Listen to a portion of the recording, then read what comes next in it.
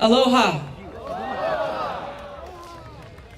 Early one morning on a Saturday, on a beautiful day like today, in January of 2018, over 1 million people all across the state of Hawaii woke to their cell phones buzzing and ringing, radio alerts blaring, with a message that read, "Ballistic missile threat inbound to Hawaii.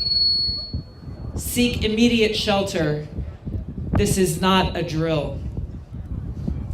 I and so many others, I happened to be here that morning. I started calling my friends and calling my family, concerned for them and where they were. But just as you here might imagine, if we all got that alert at this moment, so too did people all across Hawaii start to ask themselves the question, where is there shelter? Where do I go? Where do I take my children to be safe, knowing that there is an inbound missile to Hawaii with a nuclear warhead and we have just minutes to live? We had college students at the University of Hawaii sprinting across campus trying to figure out where they could possibly go to get shelter. A father who lowered his little girl down a manhole, thinking that may be the only place she may be safe, and telling her goodbye, "I might not see you again."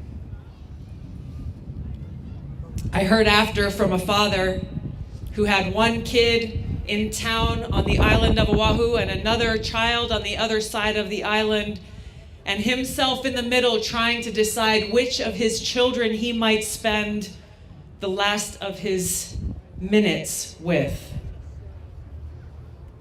An impossible decision for any parent to make. Countless others shared their stories of their panic, cowering in the bathtub with their kids, trying to understand. They're telling us to seek immediate shelter. Where do we go? And experiencing that harsh reality. That was as true for us there in Hawaii in 2018 as it is for us here today. There is no shelter. Our leaders failed us then, and they continue to fail us now. Those people who work in our nation's capital eagerly continue to escalate tensions, eagerly wage new Cold Wars, understanding that if there's a nuclear attack, yes, they will be okay in their bunkers, where they literally have plans to be able to continue to wage wars from their bunkers without any consideration for the rest of us and the destruction and incineration that their wars will cause. This was ultimately the thing that caused me to run for president in 2020, because I saw where our leaders were taking us. I saw the dangers of where this new Cold War and nuclear arms race would eventually lead. Whether intentional or accidental, there is only one destination for such wars, and that is a nuclear holocaust. I made it clear then that this is a central issue of our time, the most important issue facing us in the 21st century, and that there was a clear choice in that election. We're either going to work towards peace, de-escalate tensions, move away from this new Cold War, or we will continue to race rapidly towards the nuclear brink, toward a new Cold War with Russia, a new Cold War with China, and therefore racing towards nuclear war. Now, for those of you who remember that election, this issue was not important to the media. They refused to talk about it. They refused to raise the question in the debates. There was no other candidate willing to talk about this issue. It was not important to them then, and it's not important to them now. And so here we are, 2 short years later. What I warned about then is now our reality. This proxy war that we're fighting against Russia right now could turn at any moment into a direct conflict between the United States, NATO, and Russia, a country that has more nuclear weapons than any other in the world. Now, anyone with a little bit of common sense knows that a Cold War can very quickly turn to a hot war. And that when you're waging a hot war against a nuclear-armed country, it's just a matter of time before it leads to the use of nuclear weapons at any moment. And here's the insanity of it all. We have talking heads on TV, we have politicians, we have very powerful people here in the United States and all around the world speaking with a straight face. Well, you know, if we start World War III or when World War III starts, here's how we're going to fight and win.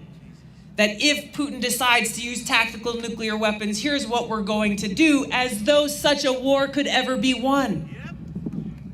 It cannot be won.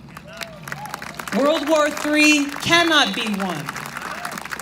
They're living in this archaic mindset of World War I and World War II and not facing the realities that we have today. There is no way to win a nuclear war. There is only one end, and that is a nuclear holocaust. So we're gathered here today because we know that it doesn't have to be this way. We know that there is a better way and that the task before us is urgent and necessary. We have people gathered here from all over the country, people who are gathered here from all ends of the political spectrum. And if we were to have a conversation, my guess is there may be other things we don't agree on. But the truth is that we could disagree about everything else. Everything else. But the one thing that we do agree on that brings us together here today is that we value life. We want to live. We want our loved ones to live and thrive. We want to be able to go out on a day like today and walk in the trees and hear the birds chirping with the sun shining down on our face. We understand that whatever our differences may be, that we must stand together as people who cherish peace, security, and freedom.